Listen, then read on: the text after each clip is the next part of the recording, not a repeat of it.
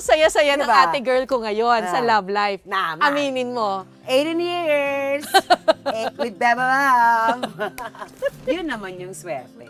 18 years na 18 kayo. years na ka. 3 years married, 15 years together. Amazing. Ganun.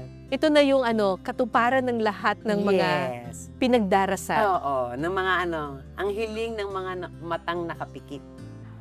Ang ganda naman. Ah, Ang hiling ng mga matang nakapikit. Pag nagdadasal kasi dapat nakapikit. Taimtim yun. Yun, para laging ibibigay. Sa tamang panahon, hindi agad-agad, mag-iintay ka lang. May hinihiling ka pa ba sa mundo? Ako matapos ang korupsyon sa Pilipinas. Lahat tayo, yan ang hinihingi natin. At higit Nang sa lahat, sana yung mga bag nila, ipahiram nila sa atin. Borrow. Ayoko. Borrow lang. Ayoko ng boro. Atin na lang. Ako ang hinihiling ko lang lagi, again, sasabihin nila, sabi mo lang yan kasi hindi ka nahirapan sa buhay, no? Health pa rin. Oo.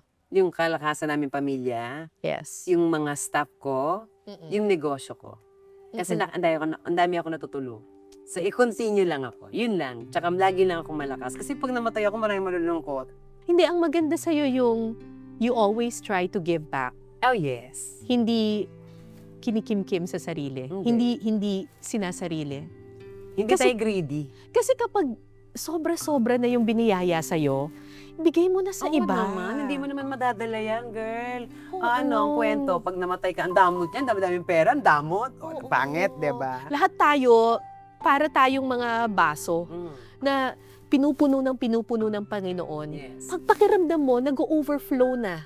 You have, Ibigay mo na. Hindi mo importante yan lahat ng kayamanan na yan, hindi mo yan madadala sa Yes. kabilang buhay. Totoo, hindi lang naman financial eh. Hindi lang kayamanan Yes. na pwede mo ibigay. Oras mo, Talento mo, tenga mo, makinig ka lang.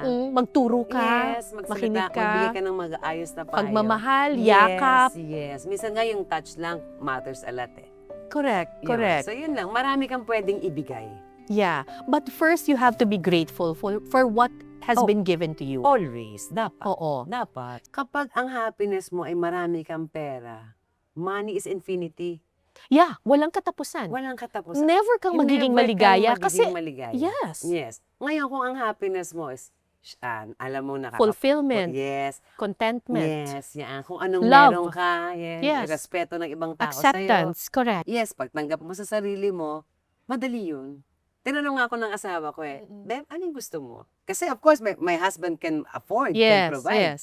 Anong gusto mo? Wala. Ayaw mo ng mga gano'n. Ayoko. Okay lang ako. Sanay ako. Mawawala ko lang yan. Sayang. Ano lang gusto mo? Maging happy Maging happy.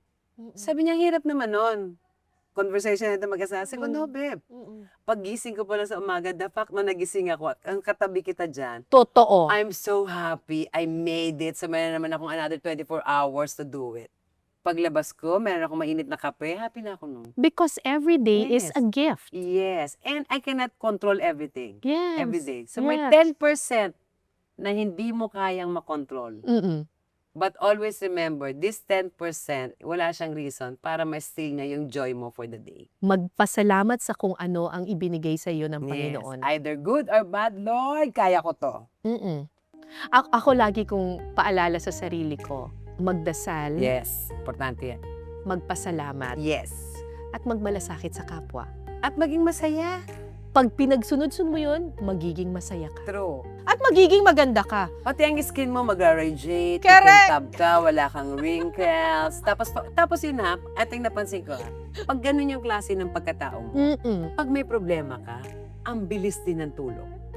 Totoo. Pag nangailangan ako, ang bilis din ng tulong. Totoo. Totoo. For what reason yung universe nagko-conspire siya, eto na ang tulong, salamat. Huwag maging madamot. Para lagi kang may tulong. Yes. Kasi hindi rin magiging madamot sa iyo ang mundo. Yes. Di ba? Yes. Magbigay ka sa iba, magiging mabait din sa iyo ang Yes. mundo. And smile a lot kahit wala kang ngipin. Smile! Para lagi nakabalat yung ang mga muscles mo sa face.